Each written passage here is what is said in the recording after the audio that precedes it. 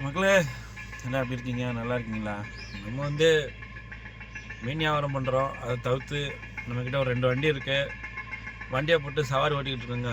காலையில் ஏதோ ஒரு கல்யாணம் சொல்லிட்டு நம்மளை கூட்டின்னு வந்திருக்காங்க. பாருங்கள், கல்யாணம்னா உங்களுக்கு புரியும். பம்படை காட்டம் கடக்கான சவுண்ட்லாம் கேட்குது. கல்யாணம் இருக்குது, சவாரி வந்திருக்கோம். இப்படி தான் நம்ம நம்மளோட பொழப்பு ஓடிக்கிட்டு இருக்கு. நல்லா தூங்கிட்டு இருந்தேன். இன்றைக்கி நோம்பு, நாங்கள் 1 மாதம் நோன்பு வைப்போம்.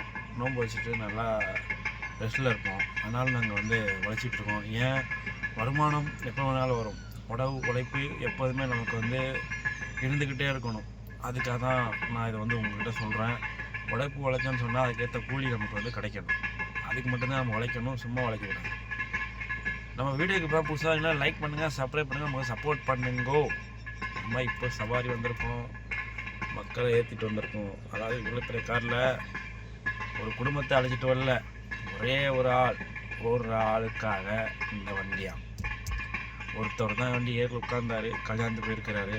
கல்யாணத்தை முடிச்சுட்டு வரேன்னு சொல்லியிருக்கிறாரு.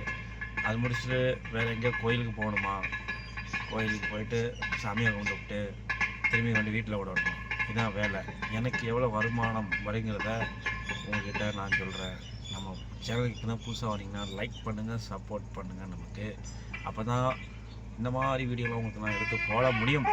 நம்மளுடைய சுச்சுவேஷனை உங்களுக்கு சொல்ல முடியும். இப்படிலாம் உலகத்தில் மக்கள் இருக்காங்க. இன்னொரு வீடியோவில் நாளைக்கு பார்க்கலாம். டாட்டா, பாபா. தெரிஞ்சுங்களா? கல்யாண சவுண்டு அப்படி தான் வாசிக்கிறாங்க, கேட்டுக்கணும். நாளைக்கு பார்க்கலாம். பாபா, டாட்டா.